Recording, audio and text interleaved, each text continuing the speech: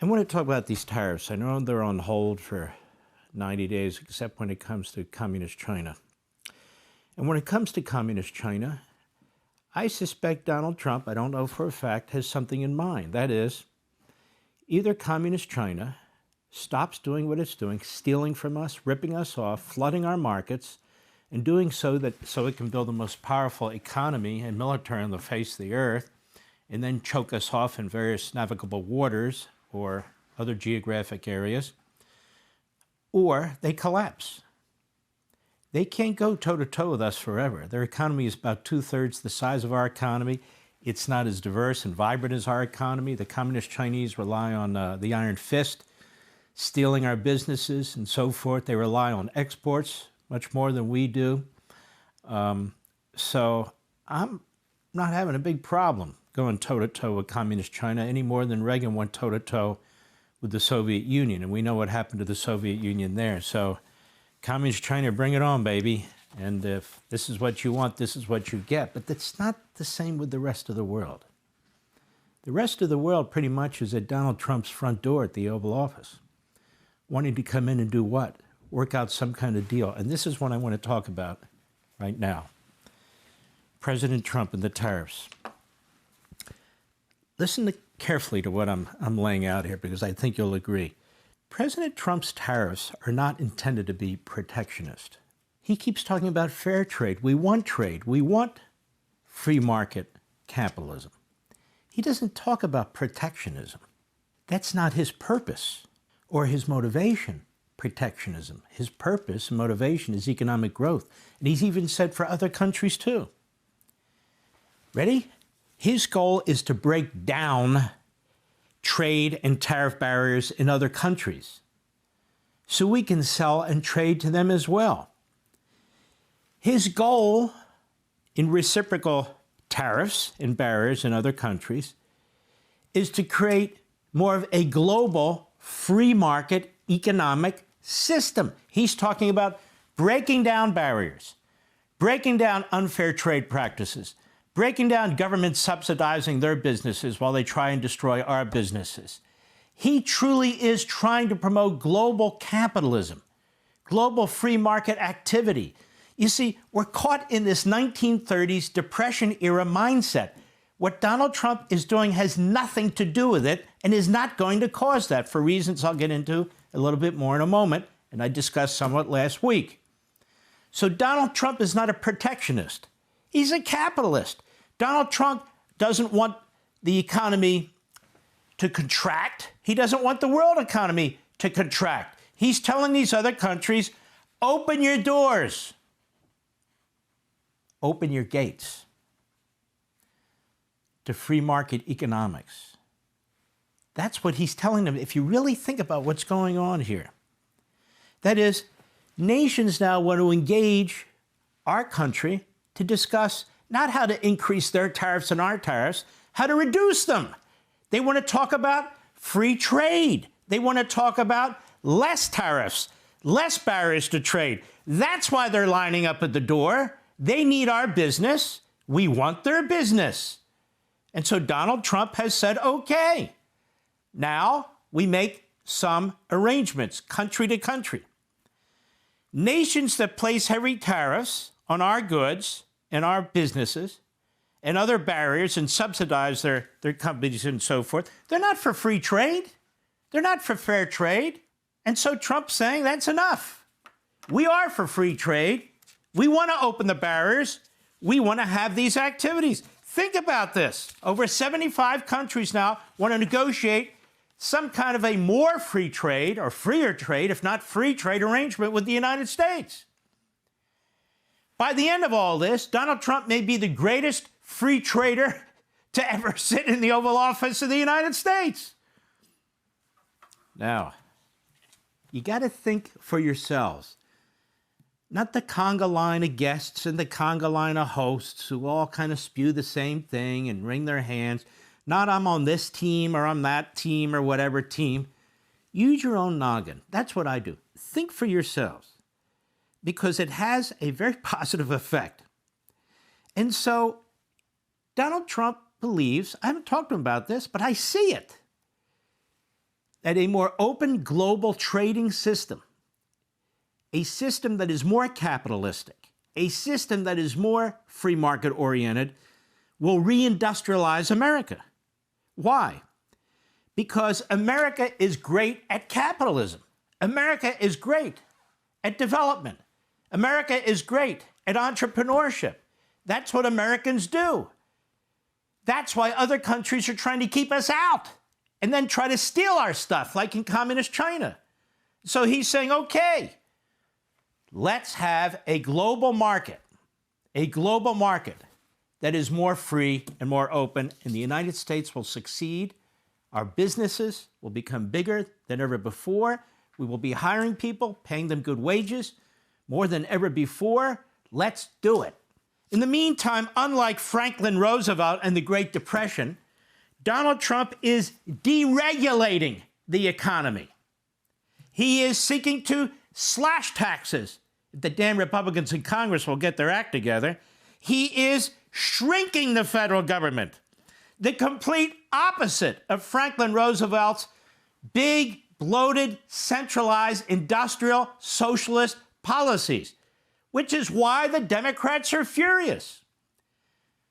Bernie Sanders' favorite president, Franklin Roosevelt, was his favorite president for a reason. As I speak, there's no great trade war, tariff war with the United States. There's communist China.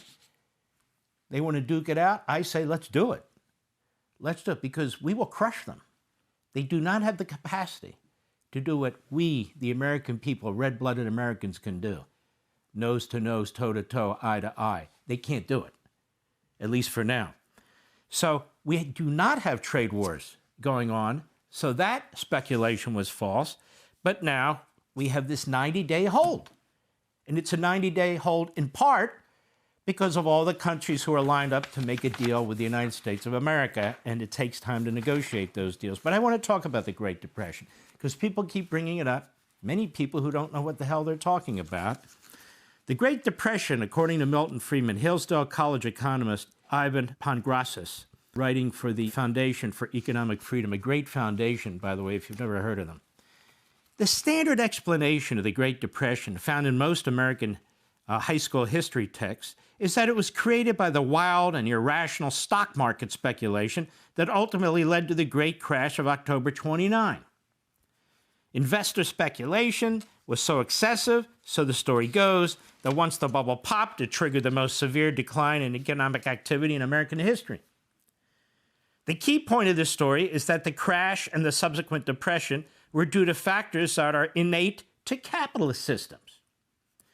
Unchecked under the supposedly laissez-faire policies. It was only once Franklin Roosevelt, we've been told, came into office that the government jump-started the recovery. It is thus claimed that FDR's policies were responsible not only for the recovery, but in fact for saving capitalism from itself, when many Americans were willing to consider adopting full-blown socialism in the 1930s as a way to deal with the downturn. And it is unfortunate that many so-called free marketeers and conservatives, of which I am one, who I hear on the airwaves, don't even know what took place during the Depression. They repeat this pablum, which is the Keynesians, George Kenyon and so forth, who came out and pushed this stuff in order to promote what was FDR's socialism. Milton Friedman wrote a fantastic book in 1963, A Monetary History of the United States. I know nerds like me love this stuff. Published by Princeton University Press. He and Anna Schwartz, his co-author, they looked at the history of monetary policy in the United States from 1867 to 1960. In 1929, Scott Sumner, writing at the econlib.org, econlib for liberty, not liberal. In 1929, the Fed tried to institute, 1929, listen, that was when the stock market crash occurred. In 1929, the Fed tried to institute a tight money policy in order to restrain the stock market boom. The Fed was only about 14, 15 years old at the time. At first, they failed. But in the fall of 1929, they raised their target rate to 6%, an astoundingly high level for an economy experiencing zero inflation. 6% on money when there was zero inflation. the monetary base immediately began declining, contracting, falling by over 7% between October 1929 and October 1930. So there's less money around. By that time, industrial production had already fallen more than 27% below its July 29 peak. The economy was now in a deep depression. Contrary to popular imagination, there was no financial crisis during the first year of the Great Depression. It was 100% tight money by the central government. We never had a Federal Reserve Board before. It was created to help make sure we had sound money. But look what it did. Central industrialized policy, central monetary policy, it gave us the worst depression in American history. And then you had a run on the banks. But what was the problem with the banks? They didn't have any money because the Federal Reserve had cut 1/3 of the supply of the money. Terrible. HistoryNewsNetwork.org. They talk about this report by Professors Cole and Ohanian of UCLA, two really brilliant men in 2004. Back then, I talked about it myself on radio and so forth. It's a very significant study, never really done like this before. And they took a look. Why was the Depression so long? Why did it go on and on and on? So first of all, the Fed takes a recession and creates a depression. Franklin Roosevelt took this depression and extended it for at least 7 years. Why? Because he didn't do what Donald Trump is doing. He didn't have a pro-growth economic policy. He had a socialist policy.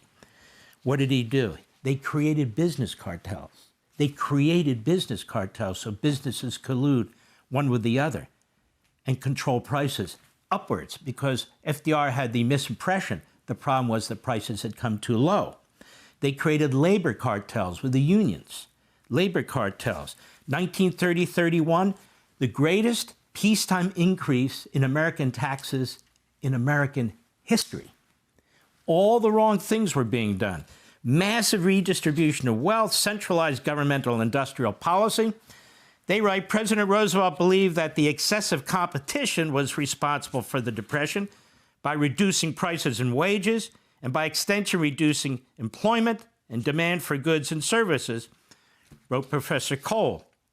So he came up with a recovery package that would be unimaginable today, allowing businesses in every industry to collude without the threat of antitrust prosecution, and workers to demand salaries about 25% above where they ought to have been given market forces. The economy was poised for a beautiful recovery, he writes, but that recovery was stalled by these misguided policies. So using data collected in 1929 by the Conference Board and the Bureau of Labor Statistics, Cole and Ohanian were able to establish average wages and prices and so forth.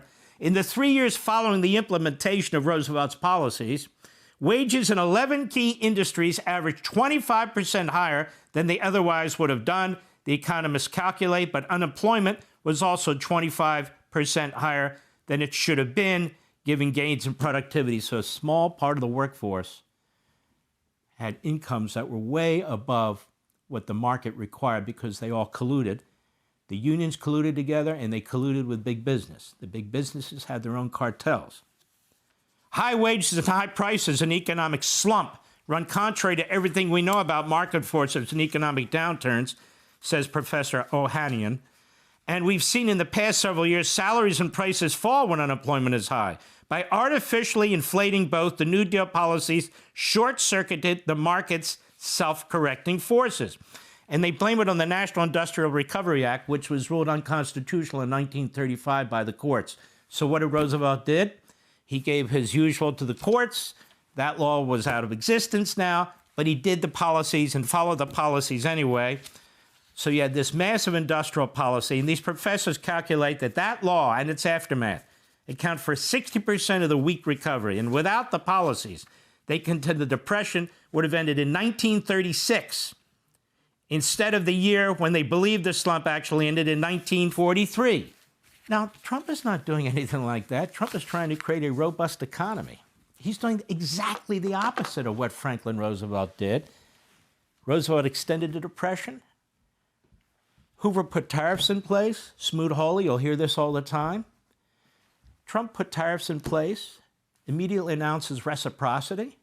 You eliminate your tariffs, we eliminate our tariffs. You lower your tariffs by 50%, we lower our tariffs by 50%. He's not imposing them on countries and saying, take it or leave it.